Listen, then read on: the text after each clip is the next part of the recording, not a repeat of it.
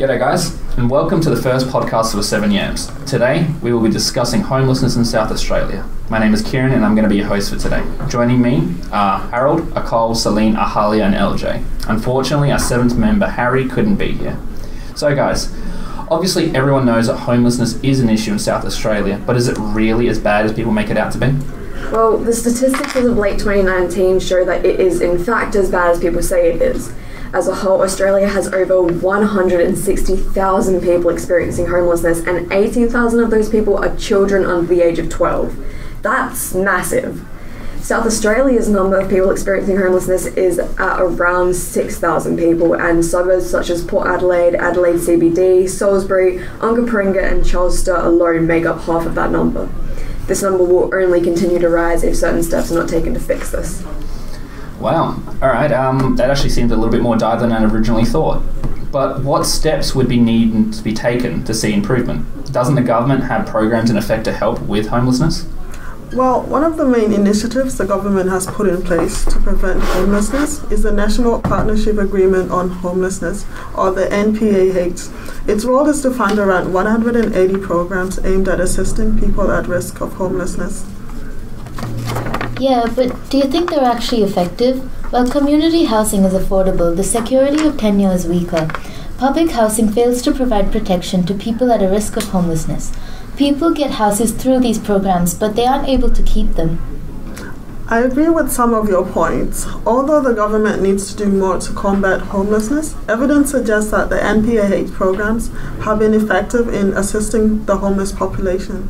For example, the NPAH offers tenancy support programs, which have been shown to reduce rent debts and lower eviction rates. You mentioned earlier that people given houses are not able to keep them. In my opinion, that's not a bad thing because temporary housing can be used for victims of family violence and domestic violence and those at risk of imminent homelessness. It can also be used for individuals who have become suddenly unemployed. You've got a point. However, the number of individuals who require permanent housing as a solution outweighs that of victims. Also, there's a sharp increase in the number of homeless people over the age of 65. I think it's because the homeless elderly have a much less chance of escaping into formal housing than younger people experiencing homelessness due to reasons such as gaps in service provision to the aged. These programs don't really do much to solve this issue. So, from what you two have said, it seems like the government is really dropping the ball here. Homelessness in South Australia seems to fly almost under the radar, as media never really brings it to public's attention. But what about private organisations like Salvos or St. Vinny's? I really thought these organisations would help with homelessness. Can someone shed some light on this? Yeah, I can. Private organisations, particularly St. Vinny's and the Salvation Army, are doing a lot to try and help people who are struggling with homelessness. St. Vinny's is taking a political approach in that they are actively trying to promote their plans and ideals to the Australian government and the Commonwealth. In 2016, they released the 8 for Home report, which is a comprehensive housing and homelessness plan and includes policy recommendations for all government levels. Additionally, St. Vinny's has called upon the Commonwealth to develop a strategy which will address affordable housing and homelessness. Okay, but what of the Salvos? If any organisation, they would be the one that my family and I would donate to, as, in my opinion, they are the more well-known and respected of the two. Well, the Salvation Army, on the other hand, focuses on the social aspect of helping the homeless. Salvo's accommodation model provides a variety of places to stay and caters towards the different stages of homelessness. They also try to help their guests cultivate personal agency through tactics of self-care, self-management, and by planning ahead to meet personal goals. The Salvos try to provide an environment of dignity and respect because with the right support, those who use Salvo services can improve their situation and eventually maintain secure accommodation. Typically, people impacted by the Salvos will be assisted with the goal of trying to reclaim their lives. Well, I mostly agree. The current issues with the housing market make acquiring homes really difficult for charity organisations such as these. Government funding for them is also on the decline, so it's really a struggle for charity organisations to be able to expand to accommodate for homeless rates, which are steadily increasing, also struggling to compete with this really increasingly hostile housing market. Yeah, but there's also a huge variety of different organisations providing support, such as homeless shelters and food banks like the Hart Street Centre, who provide immense support in providing for the homeless. This is true, these charity organisations do a fantastic job, but unfortunately food charities rely on donations, and so they often have scarce food resources and low quality food. which means that food's often really the same and is of poor nutritional quality, which means they can really struggle to accommodate for different diets and religions. You're right in that these charities require donations, and that's one of the reasons that food is so scarce and sometimes of low quality. But there is only so much that private organisations can accomplish without the help of the government or an increase of donations from the public. Exactly. With 10% increase in homelessness over the past decade, charity organisations cannot realistically keep up. And really, we should not be expecting them to, with receiving less funding than they used to. While charity organisations themselves aren't necessarily doing anything negative, they realistically cannot do the work alone, which is why they need more government support and more support from local communities. Interesting. So from what you guys have said, there seems to be a struggle between what private organisations want to do and what they can realistically achieve with their current funding, right? Yeah, exactly. Well, there you go. Alright, so as I said earlier, our final member Harry couldn't be with us here today, as unfortunately due to a family emergency, he was required elsewhere. But he was able to send us his thoughts and opinions on homelessness. Going over his work, I can see Harry was looking into other countries and how they are tackling this issue, mainly Finland's approach. According to his research, if we take a look at the policies other countries are implementing when dealing with homelessness, what they do is they work on the premise that someone who is homeless will have to work on their problems before they're able to find permanent accommodation and find their way back into society. What Finland has done, however, is the complete opposite. They are finding homes for these people first, and then this is built on the principle that having a permanent house can result in solving health and social problems easier.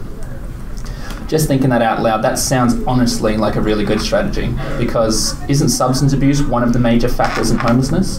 But what are the leading factors that cause the homeless to suffer from substance abuse? Well, a major factor in this is due to the loss of jobs from the rollout of automation and new technology. A lot of those who are out of work tend to rely on substances to alleviate stress but end up becoming addicted. Another concerning factor is that addiction can often create strained relationships within family and friends. This can lead to a lack of support, which ultimately deters an individual from being rehabilitated. Simply giving an addicted person a home will not help the underlying problem being the addiction to substances. So from what you're saying and from what Harry's research, there needs to be a stronger approach to preventing the key reasons for homelessness in the first place. You're saying that giving them a home first is not going to be some quick fix where everything is okay again. So while doing so, at the same time, there needs to be a higher focus on the underlying issue as to why they are homeless. Because otherwise, they're more than likely to find themselves homeless again, right? Well, that's exactly what Finland does. I agree with Harry's view that their approach is an effective one, which we should consider and potentially implement in Australia. Not only do they give people homes, but there are also tailored support services for individuals. Thousands are benefiting from this already, and recent numbers show that the rate of homelessness over there is steadily dropping. Well, there you go. I'd like to thank everyone today for coming in and speaking about homelessness, but we're going to have to wrap this up and continue this topic in our second podcast. It seems there's a lot more going on about homelessness in Adelaide and Australia as a whole, both positive and negative. It almost seems like efforts are being made to help with this issue, and it's a good start. But I honestly feel like our current efforts are not enough. More time, effort, and most importantly, money is required to really help both in the private sector and government areas. What I think Harry said, or brought up about looking at other countries for inspiration for ideas or solutions, is a really good idea personally. But before we end this podcast, I would like to ask you guys one final question. Are you guys worried or confident about SA's future regarding homeless? LJ, what do you think? I'm a bit on the fence because while we have a lot of programs to help fight homelessness, we still have a lot to improve on. And that's going to be difficult if the government doesn't get involved and help to fund the businesses that are putting in the hard work.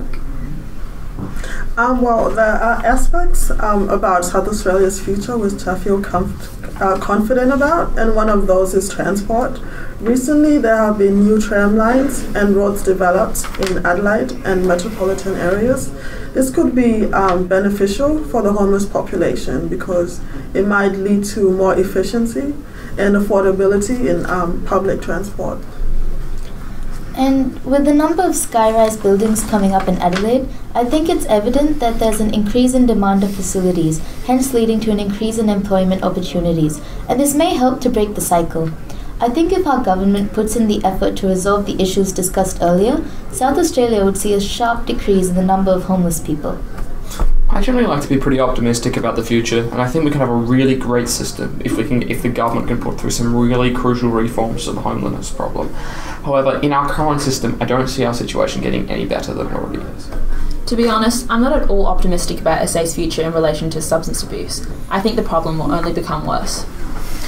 Well, there you go. On behalf of every Knight of Yam, we thank you all for listening to our podcast, and we hope this has been informative. If you have any questions, well, to be honest, feel free to ask Ben, because we're done up to this point. Oh, also, be sure to follow us, as on our next podcast, we continue on with this topic, but then it's also followed by what came first, the potato or the yam? Alright, Spaninator, sign us out, mate. Okay, first we need to have a word from our sponsors, NordVPN.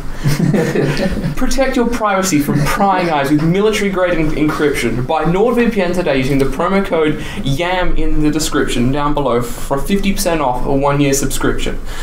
Now, of course, don't forget to like, subscribe, and turn on the notification bell for all future videos, and please leave a comment down below telling us what you think about this podcast. Thank you guys for watching. We'll see you in the next one.